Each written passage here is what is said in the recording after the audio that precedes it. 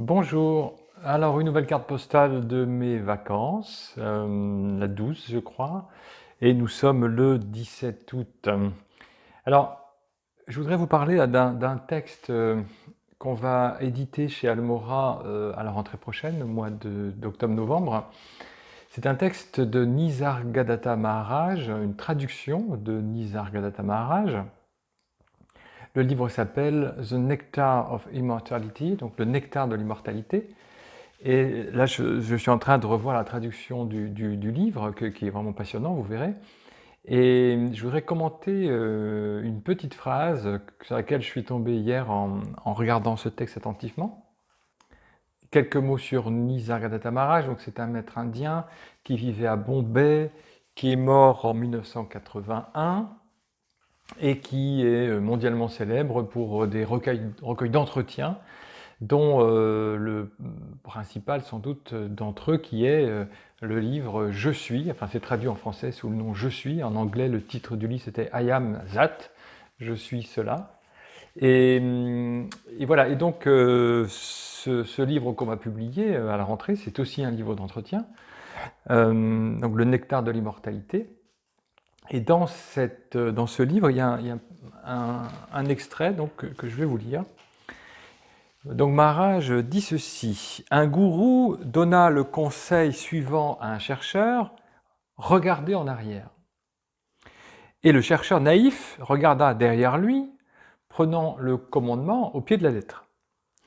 Alors le gourou lui dit à nouveau: comprenez la signification sous-jacente des mots, comprenez votre état antérieur à celui-ci, allez à la source, regardez en arrière, reculez.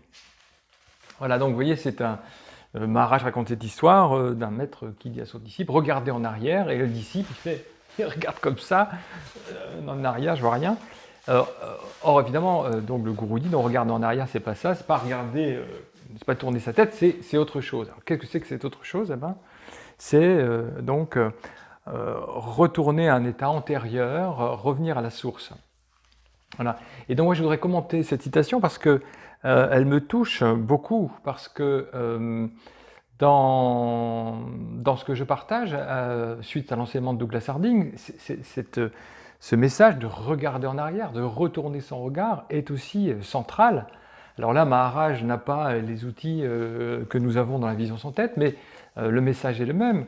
Il s'agit de regarder en arrière, c'est-à-dire de retourner son attention de 180 degrés et revenir à cette présence que nous sommes, au-delà du corps, au-delà de l'esprit, au-delà des pensées, au-delà des émotions. Donc voilà, ce message, regarder en arrière, il est fondamental. En tout cas, c'est une excellente clé d'accès à qui nous sommes vraiment, vraiment.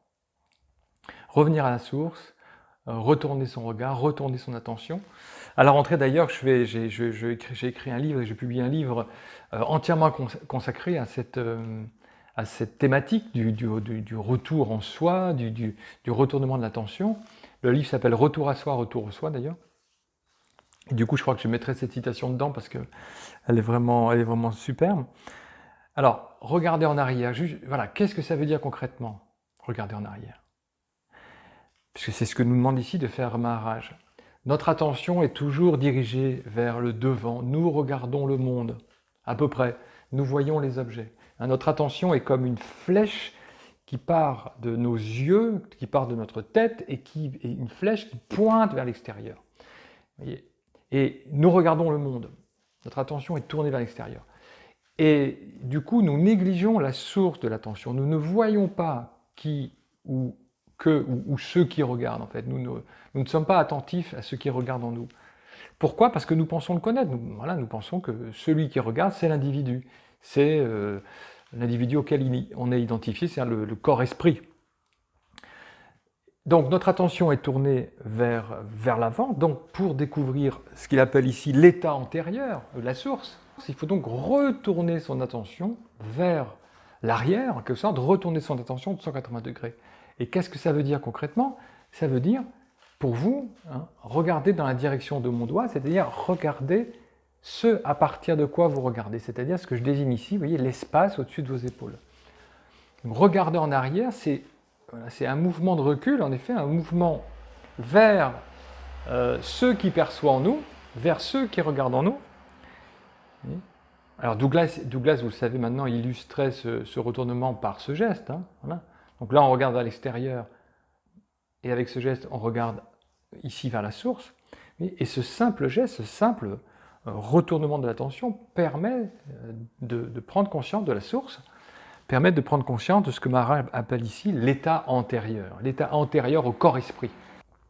Voilà, donc l'expression de Nisargadatta, regarder en arrière, elle, pour moi, si vous voulez, elle a cette signification profonde de nous inviter à retourner notre attention pour prendre conscience, en effet, de cet espace ouvert au-dessus de nos épaules, cet espace vide, cette conscience ouverte, si vous voulez, à partir de laquelle le monde est vu. Voilà. Donc nous regardons dans cette direction générale, et bien là, l'invitation, c'est de retourner notre attention, en quelque sorte, vers l'arrière. Alors après, évidemment, arrière, c'est pédagogique, parce qu'au bout d'un moment, il n'y a plus d'avant, il n'y a plus d'arrière, il n'y a plus d'intérieur, plus d'extérieur. Il y a juste cette conscience ouverte, unie au monde, cette conscience qui est le monde. Voilà. Donc voilà, je trouve ça assez génial. Voilà. Donc merci beaucoup et à bientôt.